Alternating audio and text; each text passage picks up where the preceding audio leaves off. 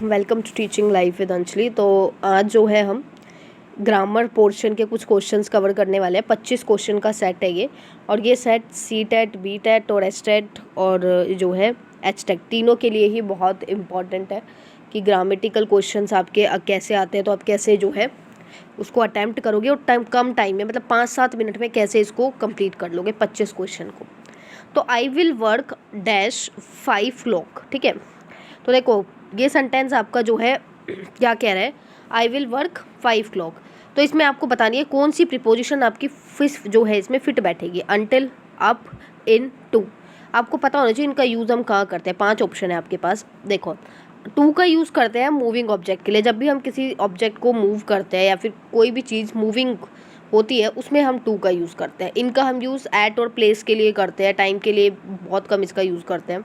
Up का use हम करते हैं कोई भी चीज़ जो है अपॉन द, हम बोलते हैं कि that thing is upon the table, जब हम इसका यूज़ कर लेते हैं। अनटिल का मतलब होता है जब तक, ठीक है। ठीक है, I will work dash 5 clock, ये मतलब मैं बता रही, इसमें जो है आई जो है वो बता रहा है कि वो 5 बजे तक काम करेगा, ठीक है। जब तक की बात हो रही है, अनटिल का मतलब होता है जब तक, जहाँ भी जब तक की बात हो रही है तो हम अनटिल फिल करेंगे। तो I will work until 5 clock, ठीक है। मैं 5 बजे तक काम करूँगा, तो इसमें अनटिल फिट बैटर है, तो उसका करेक्ट आंसर अनटिल हो जाएगा। नेक्स्ट क्वेश्चन आप देखो, passenger dash to smoke in the train. तो देखो सबसे पहले सेंटेंस को पढ़ के आपको समझना है कि सेंटेंस आपका क्या पूछ रहा है। Passenger dash to smoke in the train. अब इसमें बताना है क्या होगा। Was not allow, had not allow, will not allow, are not allow. Basic सा रूल है, आपने पढ़ा होगा, एक सिंपल सा रूल है कि जब भी हम किसी चीज़ को मना करते हैं ना, कि डू नॉट स्मोक या इस तरीके के सेंटेंसेस हम लोग यूज़ करते हैं, किसी भी चीज़ को मना करना, ठीक है। जब भी हम मना करते हैं हम प्रेजेंट में करते हैं, पास्ट में नहीं करते, ठीक है। तो यहाँ पे देखो प्रेजेंट का एक ही सेंटेंस है, that is are not allowed, तो इसमें यही इसका करेक्ट आंसर होगा। नेक्स्ट है आपका जो है करेक्ट वर्ड आपको जो है इसमें देखना है। तो ट्रूली किस करेक्ट स्पेलिंग आपकी गई है, सेकंड। नेक्स्ट देखो, someone who is satisfied with life in general. तो देखो कॉन्टेंटेड, इसमें आपको जो है बताना है, अप्रोप्रिएट वर्ड बताना है क्या होगा। तो देखो कॉन्टेंटेड मतलब भी सेटिस्फाई होता है, कंफर्टेबल मतलब भी सेटिस्फाई करना ही होता है, कॉन्टेंशियल मतलब थोड़ा सा विरुद्ध हो गया। और fourth option, more than one of the above मतलब एक से ज़्यादा आंसर, और नन ऑफ द अबोव मतलब एक भी आंसर नहीं है। तो someone who is satisfied with life in general, तो इसका जो आपका करेक्ट आंसर होगा वो तीनों ही टर्म्स आ जाएगी, कंटेंट, कंफर्टेबल, कॉन्टेंशियस। तो more than one of the above इसका करेक्ट आंसर होगा, ठीक है। तो अगला क्वेश्चन अगर हम बात करें तो इसमें आपको फिल करनी है वर्ब ही, लुक, एज, इफ़। अब इसका रूल क्या कहता है, अगर कहीं पे भी सेंटेंस में एज आता है तो हम समझ जाते हैं कि दैट सेंटेंस इज कंपैरिजन, है ना। मतलब ये कंपैरिजन का सेंटेंस है, मेटाफोर भी हो सकता है ना। तो ये रूल है कि जहाँ पे भी एज, इफ, एज, तो ये जितने भी आते हैं ये हमारे जो है ये जब भी आते हैं तो हम जो है किसका यूज़ करते हैं, हम पास्ट का यूज़ करते हैं। अब ये चीज़ जब भी पास्ट का यूज़ करते हैं, और साथ साथ जो है, अब देखो इस कंपैरिजन है तो कंपैरिजन हम मोस्टली देखते हैं, तो कंपैरिजन की हम स्टोरीज भी पढ़ते हैं तो हम देखते हैं कि स्पीकर या राइटर बता रहा होता है। तो इसको हम, बहुत सारे बच्चे इसमें यही गलती करते हैं, 25% ने इसका सही आंसर किया था कि इसको हम लोग सिंगुलर समझते हैं, बट क्योंकि ही देख रहे हैं हम लोग, हम देखते हैं कि सिंगुलर है, बट नहीं, ये सिंगुलर नहीं है। स्पीकर एज्यूम कर रहा है, राइटर एज्यूम कर रहा है स्टोरी को या देख रहा है, तो उसके लिए हम जो है जो है स्पीकर और राइटर दोनों को ही लेते हैं, तो वो चीज़ प्लूरल हो जाती है। तो और प्लूरल को जब हम पास्ट में यूज़ करते हैं तो आपका जो है करेक्ट आंसर वर होगा, ठीक है। तो हम बोलेंगे he looks as if he were wearing. तो इसके लिए आपको एज इफ और एज थो का रूल पता है। एज इफ या एज थो जहाँ पे भी आ रहा है आपका, ठीक है, सबजंक्टिव जो है इसमें वर्ब्स यूज होते हैं, तो इसका हो जाएगा आपका करेक्ट आंसर वर्ब। नेक्स्ट है आपका टेम्प्ररी। देखो टेम्प्ररी का एंटोनियम बताना है। टेम्प्ररी मतलब कोई भी चीज़ कम टाइम के लिए, टेम्प्ररी मतलब शॉर्ट टाइम, है ना। एंटोनियम क्या हो जाएगा इसका उल्टा, लॉन्ग टाइम। अब इनमें लॉन्ग टाइम आंसर देखो किसका है। ट्रांजिटरी मतलब भी शॉर्ट टाइम होता है, इंटेरियम मतलब भी शॉर्ट टाइम होता है, लास्टिंग मतलब लॉन्ग टाइम होता है, मोमेंट्री मतलब शॉर्ट टाइम होता है। तो उल्टा बताना है, तो टेम्प्ररी का उल्टा मतलब जो चीज़ लंबे समय तक चले, that is lasting, and temporary मतलब जो चीज़ शॉर्ट टाइम के लिए चले, that is short time.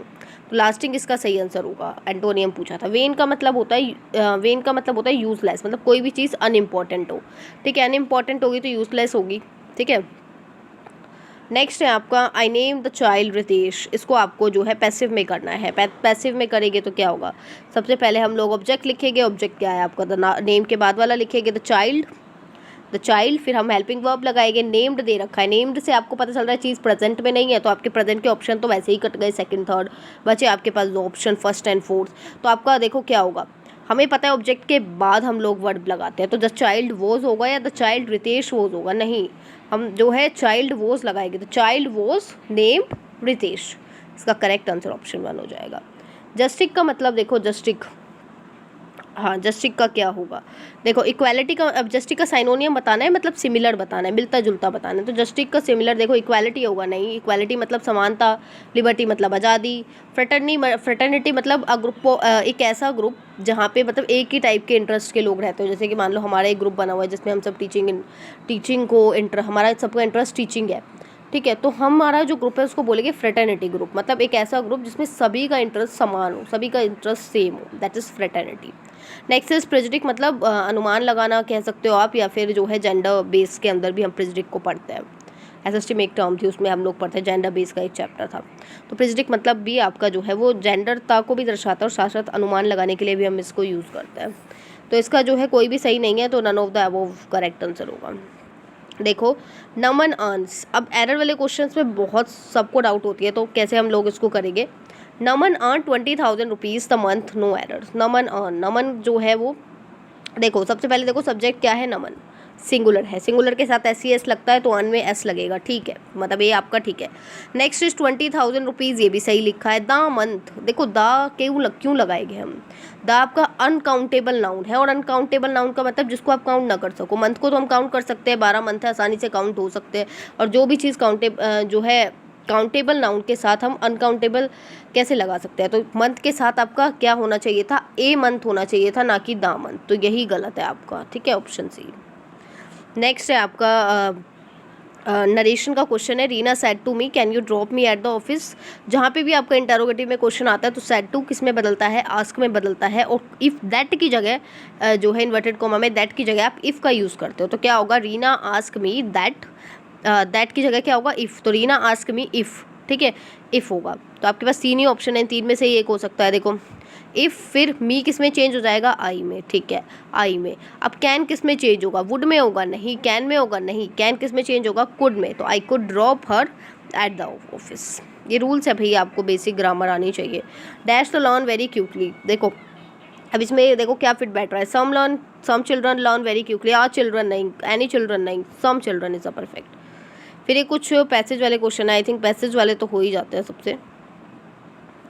पैराजम्बलिंग questions भी आपको आने चाहिए, ठीक है। पैराजम्बलिंग क्वेश्चन को बताने की एक ट्रिक मैंने बताई थी कि आप स्टोरी को पढ़ो और फिर देखो कौन सी चीज़ पहले होती है, ठीक है, फिर उसके अकॉर्डिंग आप करो। जैसे कि then a nurse and a doctor came, अब देखो नर्स और डॉक्टर कब आएगा, एक्सीडेंट होने के बाद, जब उसको हॉस्पिटल ले जाया जाएगा, जब आएंगे, बाद में होगा ये सब, तो पहले क्या सेंटेंस होना चाहिए, पहले आपको क्या होना चाहिए, आफ्टर द टेरिबल एक्सीडेंट, है ना, एक टेरिबल एक्सीडेंट, एक बुरे एक्सीडेंट के बाद, है ना, तो आपका आफ्टर द टेरिबल एक्सीडेंट होगा, तो बी से देखो कौन सा शुरू हो रहा है, बी से आपका एक ही ऑप्शन है ये रहा।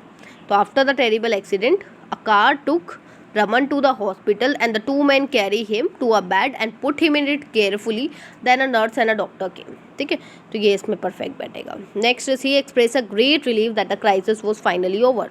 अब ये रिलीफ जो है आपको बताना है ये क्या है, एडजेक्टिव है, प्रोनाउन है, वर्ब है, more than of the above है, नन ऑफ द अबव है।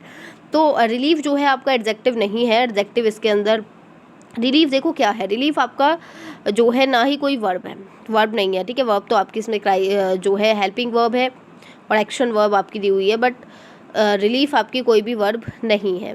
प्रोनाउन भी नहीं है, प्रोनाउन तो बिल्कुल ही नहीं है। आप कन्फ्यूज़न है एडजेक्टिव है या नाउन है, नाउन ऑप्शन में ही नहीं है वैसे तो, बट नाउन है ये, क्योंकि नाउन आपका क्या है, ये कौन सा नाउन है, रिलीफ आपकी एक फीलिंग है और फीलिंग आपकी अब्स्ट्रैक्ट नाउन में शामिल होती है, ठीक है, तो अब्स्ट्रैक्ट नाउन है ये, तो इसका आंसर होगा नन ऑफ द अबव, क्योंकि ये एडजेक्टिव नहीं है। Relief is a feeling and feeling आपकी अब्स्ट्रैक्ट नाउन के अंदर आती है। नेक्स्ट आपको बताना है the program that was terminated had been working will since 1945, कौन सा टेंस का रूल है, देखो पास्ट तो है ही, सबसे पहले दिख रहा है, वोज वर्ड देखते ही आप बोल दोगे पास्ट है। पाँच के 2 ऑप्शन है आपके पास, आईएनजी लग रहा है तो कंटिन्यूस भी होगा, और लास्ट में सिंस 4 लग जाता है तो इट मीन्स टाइम भी दे रखा है तो वो परफेक्ट कंटिन्यूस हो जाता है। तो ये रूल आपका परफेक्ट कंटिन्यूस का है, पढ़ा होगा, सब्जेक्ट हैड बीन, वर्ब की first form ING plus object plus 4 या सिंस जो भी टाइम है, फिर टाइम, तो ये रूल आपका पास्ट परफेक्ट का है। नेक्स्ट किलो का प्लूरल क्या होगा, किलोस, आई विल प्ले टूडे, ये कौन सा सेंटेंस है आपका? सिंपल सेंटेंस है, सिंपल डिक्लेरेटिव में आता है। नेक्स्ट केक वॉक मतलब बहुत ईजी, एक्सट्रीमली ईजी, बिल्कुल केक वॉक है, बहुत ईजी है। ये किसका आइडियम है? एक्सट्रीमली ईजी का, यस। नेफ्यू का फेमाइन क्या होगा? नाइस होगा, नाइस ऑप्शन में ही नहीं है तो नन ऑफ द अबव हो जाएगा। नेक्स्ट आपको बताना है कि कौन सी स्टेटमेंट आपकी सही है इसके अंदर। देखो बोथ ऑफ दैम, सब में ही बोथ ऑफ दैम है। दो लोगों की बात हो रही है तो एस नहीं लगेगा, क्योंकि एस तो सिंगुलर में लगता है, प्लूरल में नहीं लगता। तो देखो वर्ब के साथ एस कहाँ नहीं लग रहा? बोथ ऑफ दैम सर्व हाँ इसी में नहीं लग रहा, बाकी इन दोनों में देखो एस लग रहा है, ING लग रहा है, बट नहीं लगना चाहिए, तो फर्स्ट इसका करेक्ट आंसर होगा। ठीक है, आपने सब्जेक्ट के अकॉर्डिंग ही पहचान लिया सिंगुलर प्लूरल से ही कि क्या सही होगा, बहुत ईजी था। नेक्स्ट इज आपको बताना है इंकरेक्ट स्पेलिंग क्या है। एक्सरसाइज भी ठीक है, एग्जॉस्ट भी ठीक है, एग्जाम्प्ट भी ठीक है। एक्सोस्ट का मतलब क्या होता है? एक्सोस्ट का मतलब होता है आपका जो है एक्सट्रीमली टायर्ड, आप कह सकते हैं, मतलब बहुत थका हुआ, बहुत ज़्यादा काम करने के बाद थक जाता है, तो बोल सकते हैं एक्सट्रीमली टायर्ड। एग्जॉस्ट का मतलब होता है। तो एक्सेल की स्पेलिंग गलत है। एक्सेल आपका जो है साइंस में यूज़ होता है, हवा फेफड़ों की हवा बाहर आने के लिए, समथिंग इसी की जगह कुछ यूज़ होता है।